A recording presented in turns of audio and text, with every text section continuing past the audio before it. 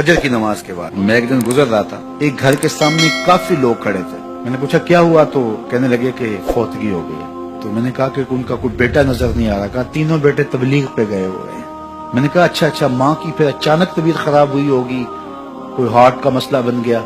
कहा नहीं, माँ फालिज में मुब्तला थी। मैंने कहा फिर तो बहुत ज्यादती है कि माँ फालिज में मुब्तला और तीनों बेटे तबलीग पे गए। माँ को जरूरत है और बेटा जाके पीर के दरबार पर बैठा है। गौसे आजम भी हैं तो फैज नहीं मिलेगा। पहला मुर्शिद माँ है।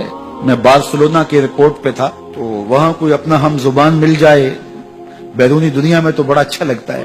तो मुझे लगा कि साथ वाले बेंच पे कोई माँ बोली बोल रहा है, तो वो इंडियन पंजाब के लोग थे।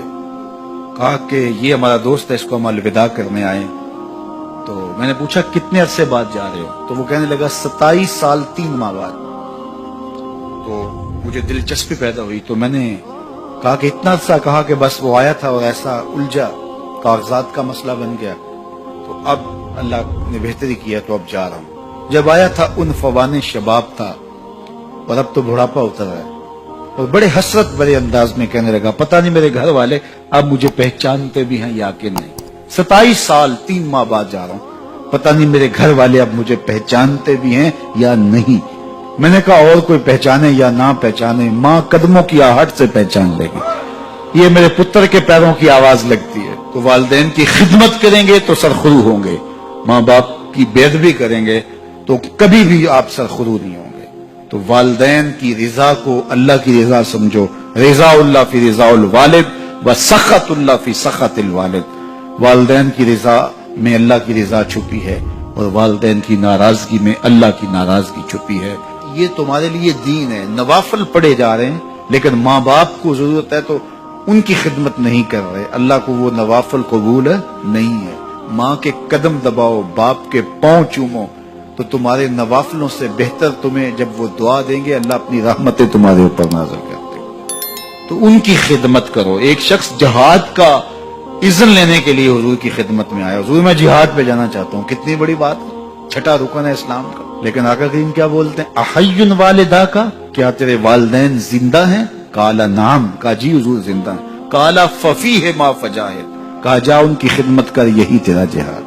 तो खुश नसीब वो हैं जो अपने माँ बाप की इज्जत करते हैं, उनके सामने अपने बाजू सुकेड़ के रखते हैं, उनके मामलात में, तर्ज जिंदगी में, उनके अंदाजे मुआशरत में खुश रहते हैं और उन्हें राहत, आसानी और उनके लिए मोहब्बतें बिछाते हैं। तो अल्लाह ताला उनके लिए आसानियां पैदा करता है, रहमतें पैदा करता है। और अगर वालिदैन फौत हो गए हैं, इंतकाल कर गए हैं, तो आप कहें कि ये बातें हमने पहले सुनी होती तो बड़ा फायदा होता। अब तो वालिदैन इस दुनिया से जा चुके हैं, तो अब हम उनकी खिदमत कैसे कर सकते हैं? उनके लिए दुआ करें, उनकी रूह भी आपसे राजी हो जाए। उनके लिए जुमअतुल मुबारक के दिन सूरा यासीन पढ़े जाके उनकी कब्र पे, तो उनकी भी मग़फ़िरत हो जाएगी, आपकी भी मग़फ़िरत हो जाएगी। ये वालिदैन के साथ उसने सलूक का नतीजा है। वालिदैन की रिजा जोई हमेशा मलहूज रखो। जो खुश नसीब अपने वालिदैन को राजी रखे हुए हैं उन्हें मुबारक देता हूँ। और अगर बदकिस्मती से मेरे सुनने वालों, दोस्तों में, पीर भाइयों में, मिलने वालों में किसी के माँ बाप नाराज हैं, तो वो देर न करे, बहुत जल्द उनको राजी कर ले। उनकी रिजा तुम्हें दुनिया आखिरत की सरखुरियां और कामयाबियां नसीब करेगी। वो शख्स अपने वालिदैन के लिए रोजाना मग़फ़िरत की दुआ करे। वालिदैन जिंदा हों तब भी, फौत हो गए हों तब।